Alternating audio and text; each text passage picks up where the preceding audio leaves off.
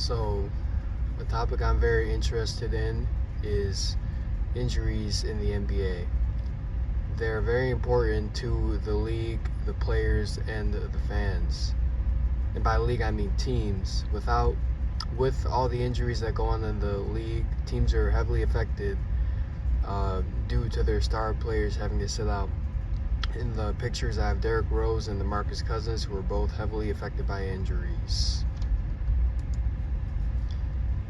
Some facts. NBA players endure a high amount of game-related injuries.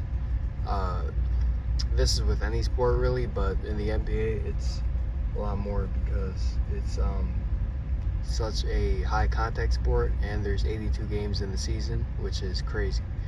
The 2021 NBA season had the most time missed due to injury since the 2009 season. This was likely due to players only having 73 days between the 2019 through 20 season and the 2021 season. This is an issue because the NBA teams are used to having around 180 days off between season. This was due because of COVID, and when that happened, a lot of players got out on injury in the 2020 through 2021 season because there was such little time in between seasons, and that really showed how big of a deal it is that players have time off. Most common NBA injuries are ankle sprains, knee injuries, deep thigh bruising, and jam fingers.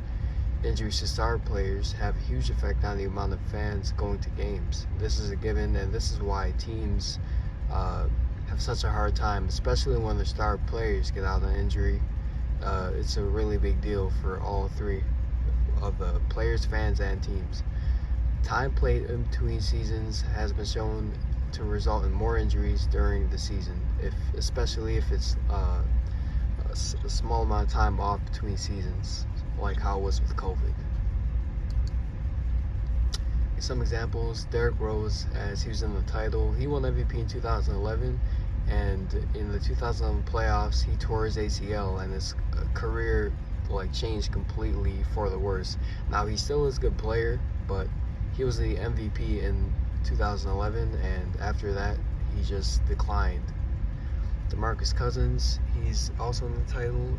He was considered maybe the best center in the league. I thought he was in 2017 through 18, but since early 2018 when he tore his Achilles, he has never been fully able to get back into that form or even close. He is actually not on the team right now, which is very sad because he was that good.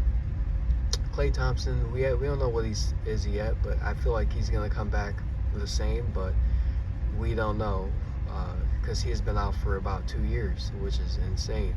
After getting injured in the finals, he tore his Achilles.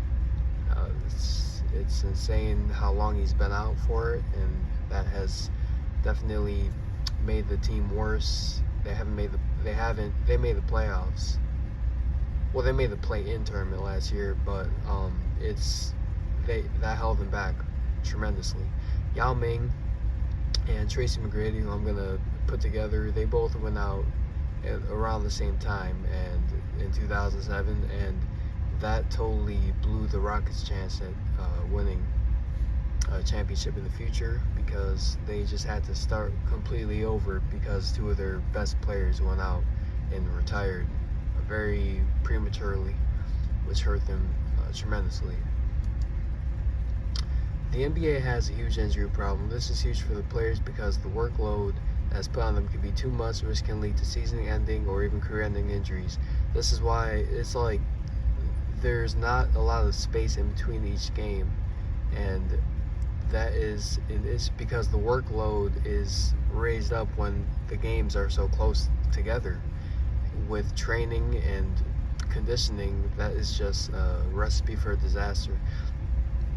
Teams also have to deal with this because if their star player gets hurt and never fully recover, they will have to fully start over. Excuse the spelling error. Like Tracy McGrady and Yao Ming, like I just talked about, they had to fully start over.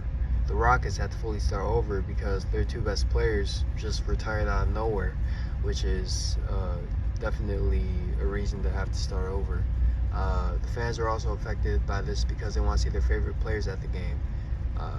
So yeah, all three can be heavily affected. Yeah, thank you, and have a good day.